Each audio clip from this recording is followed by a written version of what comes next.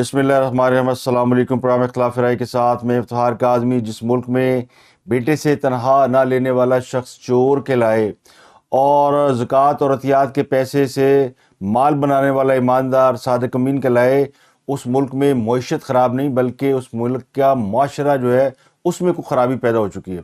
تو ہمارے ہاں معیشت کی خرابی شاید بہت بڑا ایشو ہو، لیکن جو معاشرے کی خرابی ہے وہ اس سے بھی زیادہ بڑا ایشو ہے۔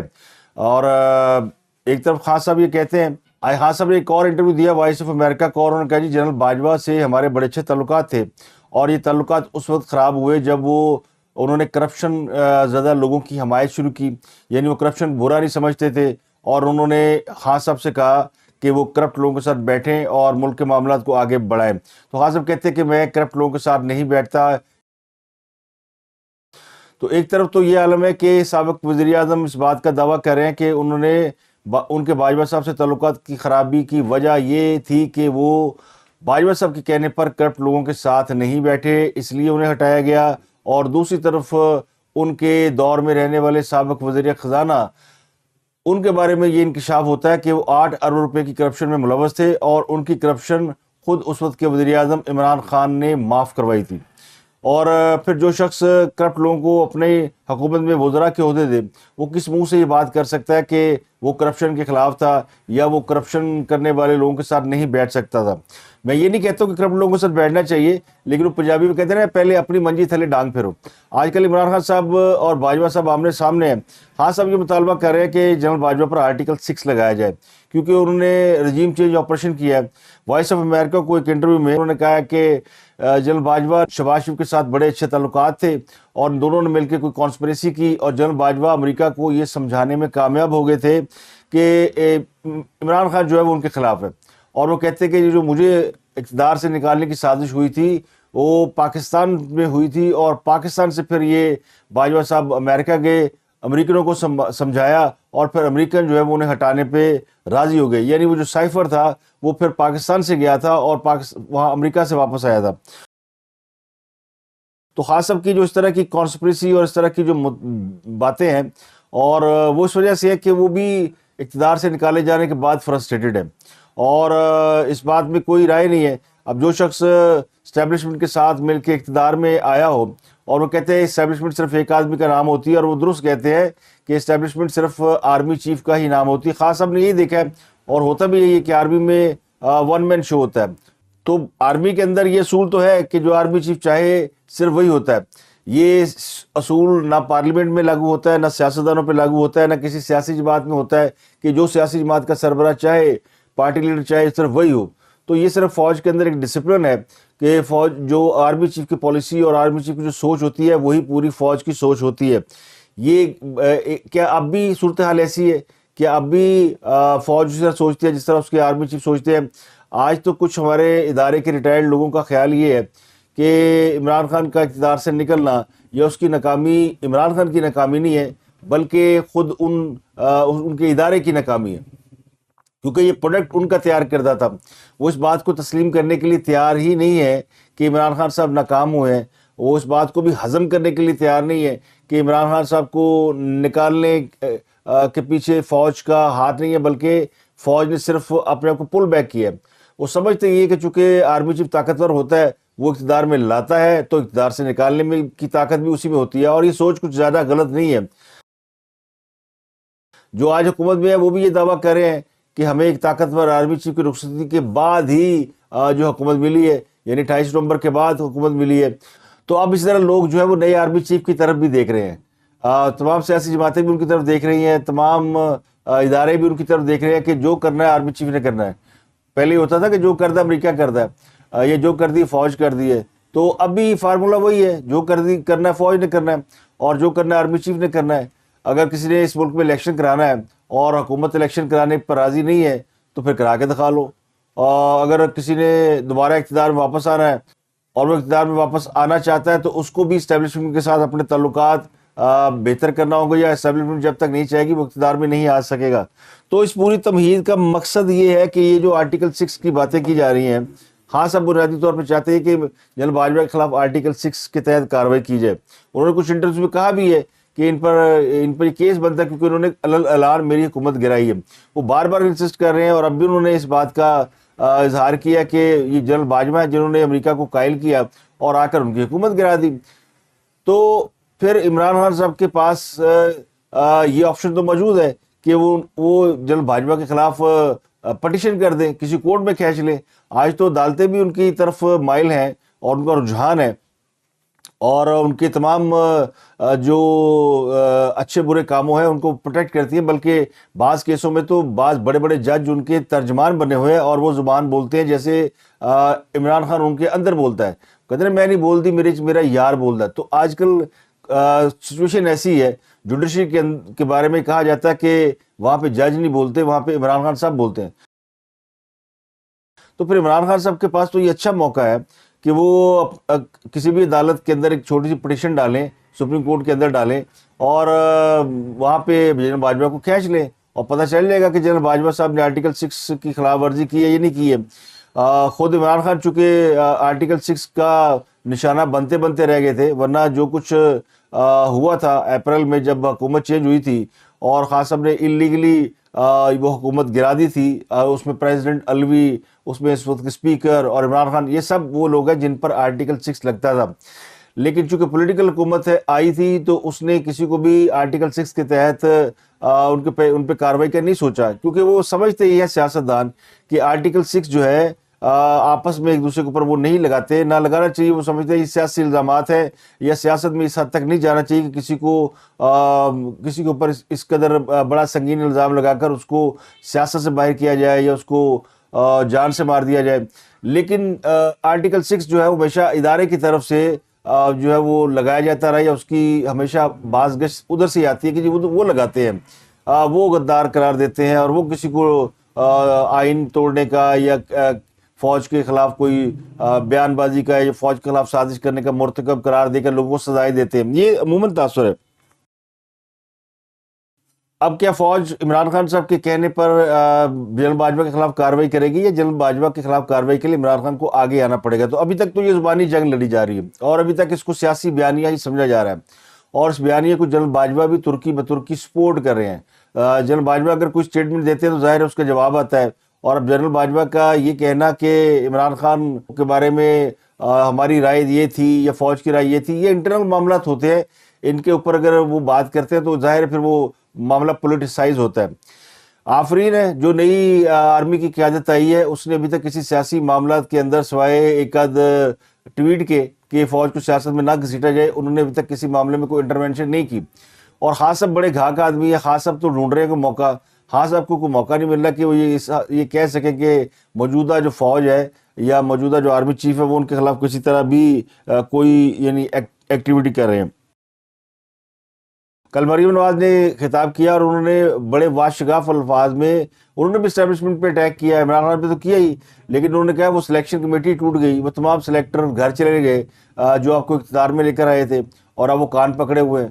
اب وہ جو اس کا مطلب ہے کہ جو خاص صاحب کو اقتدار میں لے کر آئے تھے وہ معافی مانگ رہے ہیں یا وہ اپنے کیے پہ شرمندہ ہے. کان پکڑنا یہی ہوتا ہے نا, یا اپنی غلطی کی سزا بھگت رہے ہیں یا وہ سمجھتے ہیں کہ جی دوبارہ ایسی غلطی نہیں کریں گے.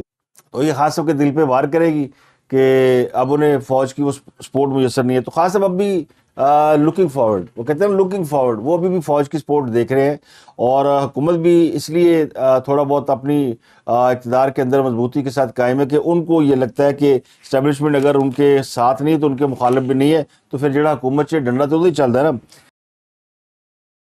اس کے علاوہ شہباز گل کے حوالے سے کچھ عام چیزیں سامنے آ رہی ہیں. شہباز گل پی ٹی آئی کے بڑا اہم کریکٹر ہیں اور آج ان کی ملاقات ہوئی ہے, وہاں پہ زمان پارک میں پہنچے ہوئے تھے اور ان کی ملاقات ہو گئی. ان کے حوالے سے بہت سی متضاد باتیں سامنے آ رہی تھیں, تو وہ کوشش کر رہے تھے عمران خان سے کئی روز سے ملنے کی, تو ملاقات نہیں ہو پا رہی تھی. کافی روز سے انہوں نے چیخو پکار شروع کی ہوئی تھی. بالآخر ان کی ملاقات ہو گئی ہے اور یہ ان کی شاید رہائی کے بعد یہ دوسری یا تیسری ملاقات ہے.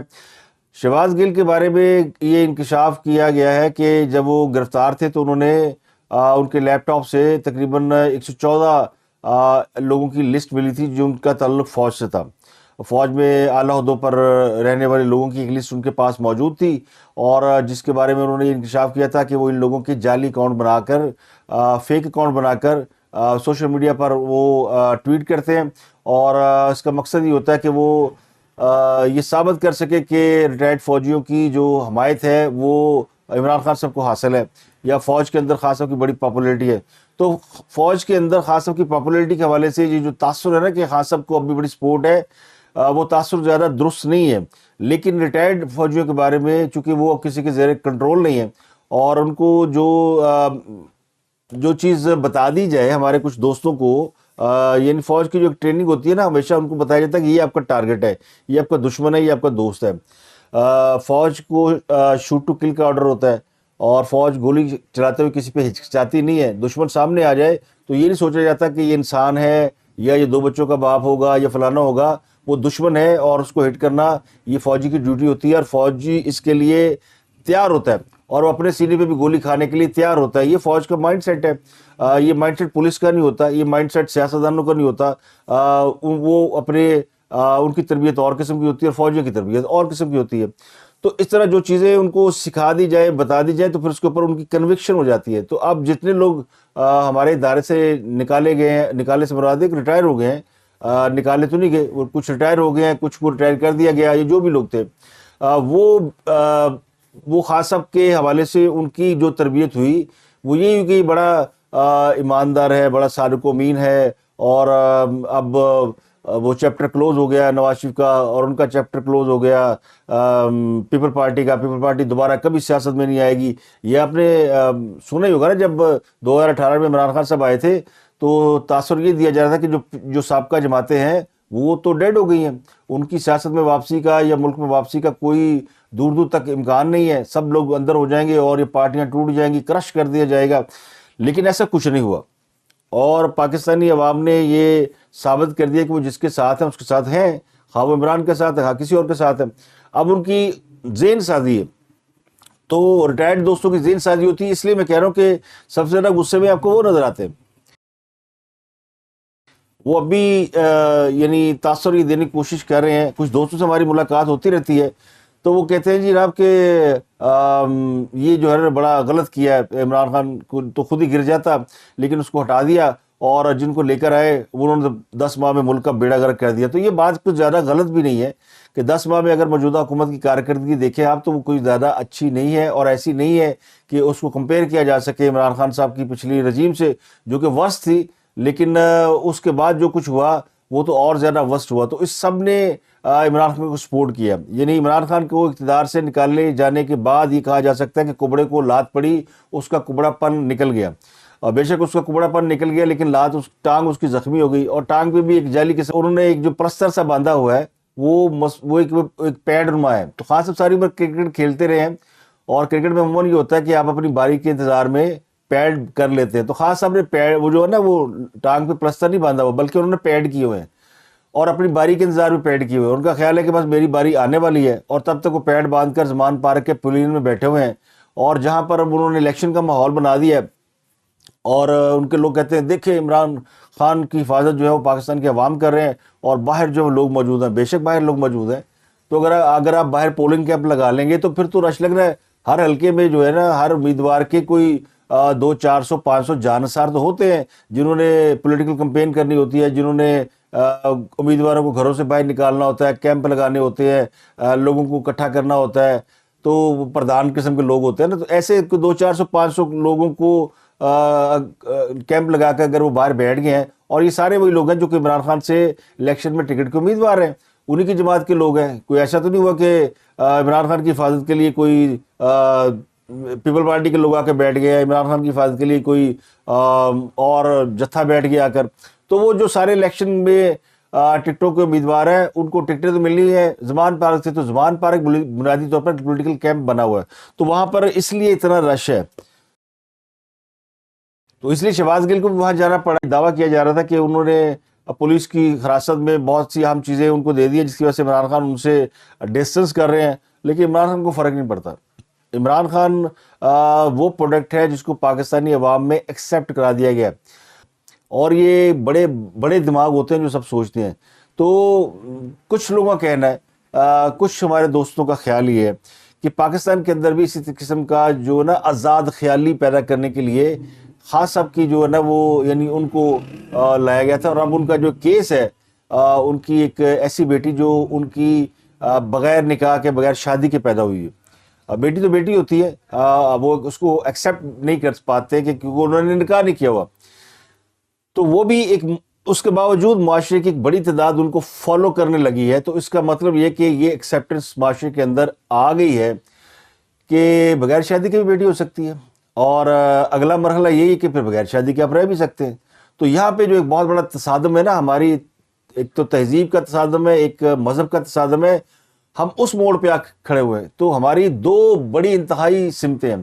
ایک طرف ہم وہ ہیں جو کہ توہین مذہب پہ، توہین قرآن پہ کسی بھی شخص کو جو ہے وہ تھانے کے اندر گھس کر باہر نکال کر زندہ جلا سکتے ہیں.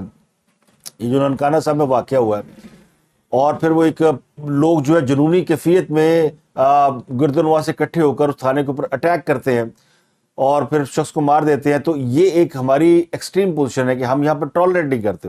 اور دوسری طرف ہماری پوزیشن بن رہی ہے کہ ہم ان باتوں کو مائنڈ نہیں کرتے، اور ہمارے معاشرے کے اندر ایسا شخص بھی حکمران ہے جس کی ایک یعنی اخلاقیات کے اوپر بہت بڑا کوشچن ہے. میں اس کو دبے ورڈ میں کہوں گا، لیکن اس کی ایکسیپٹنس ہے. لوگ اس کو فالو کرتے ہیں، اس کو ہیرو مانتے ہیں، مسیحا مانتے ہیں، اور کہتے ہیں پاکستان اسی نے بچانا ہے. تو یہ دو انتہائی سمتیں ہیں. پھر یہ دو انتہائی سمتیں یہ ان کا ٹکراؤ اگر ہوتا ہے تو پھر نتیجہ کیا نکلے گا؟ تو یہ اس طرح کی جو میں نے اس لیے کہا معاشرے میں جو ہے نا معیشت سے زیادہ معاشرت کا اور معاشرے کے اوپر کوشچن مارک ہے. تو میری ان باتوں کا میں نے آج تھوڑا سا اس کو سنڈے میں تھوڑا سا گھما پھرا کے اس چھوٹے سے ایک ٹاپک کے اوپر بات کرنے کی کوشش کی ہے کہ ایکسیپٹنس دیکھیں. اخلاقیات جو ہوتی ہے نا، ہائی پیڈسٹل یہ ہوتا ہے کہ آپ نے جو جرم کیا ہے وہ ایکسیپٹ کر لیں. پہلے تو آپ جرم نہیں کرتے، اگر آپ کرتے ہیں تو اس کو ایکسیپٹ کرتے ہیں، ایکسیپٹ کرنے کے بعد اس کی پنشمنٹ لیتے ہیں. اور یورپ جیسے شہر میں اور یورپ جیسے ملک میں، ایون برطانیہ امریکہ میں، ابھی برطانیہ کے ایک میئر کے اوپر یہ الزام لگا کہ اس کی اپنے کسی سٹاف کے ساتھ کوئی تعلقات ہیں، اور اس کو برا سمجھا جاتا ہے معاشرے کے اندر، اور اس کو ریزائن دینا پڑا. اس نے وہ ایکسیپٹ کیا کہ یس یہ ہوا، اور وہ ریزائن دے کے چلا گیا. تو یہ ہوتا ہے برطانیہ میں. آپ دیکھ لیں نا کسی کے اس طرح کے تعلقات. امریکن صدر کے جب اپنی کسی وہ بل کلنٹن تھے تو ان کی اپنی کسی سٹاف افسر کے ساتھ جو سکینڈل آیا تھا، اس کے بعد ان کے پر کیا کچھ نہیں یعنی ہوا ان کے ساتھ. ان کو باقاعدہ پبلکلی معافی مانگنی پڑی. لیکن پاکستان میں ایک شخص ایسا ہے جو کہ ان کاموں کو بڑے دھڑلے سے کر رہا ہے، اور ہم نے ایک زمان پارک کے آس پاس کلب کھول دیا ہے، اور اس کلب میں آپ داخلہ لیتے جائیں اور آپ نئی دنیا میں داخل ہوتے جائیں. باقی آپ خود سوچیں کہ اگر میری اس رائے سے کسی کو تکلیف پہنچے تو معذرت چاہتا ہوں، لیکن یہ جو سوچ ہے یہ کچھ لوگوں کی، کچھ اسکول آف تھاٹ ہے، وہ یہ باتیں کر رہے ہیں، تو میں نے سوچا کہ آپ کے سامنے رکھ دوں. تو اب تک کے لیے اتنے. آپ سے ملاقات کرتے ہیں اگلے ولاگ میں. اپنا گردن واقع لوگوں کو بہت خیال رکھیے.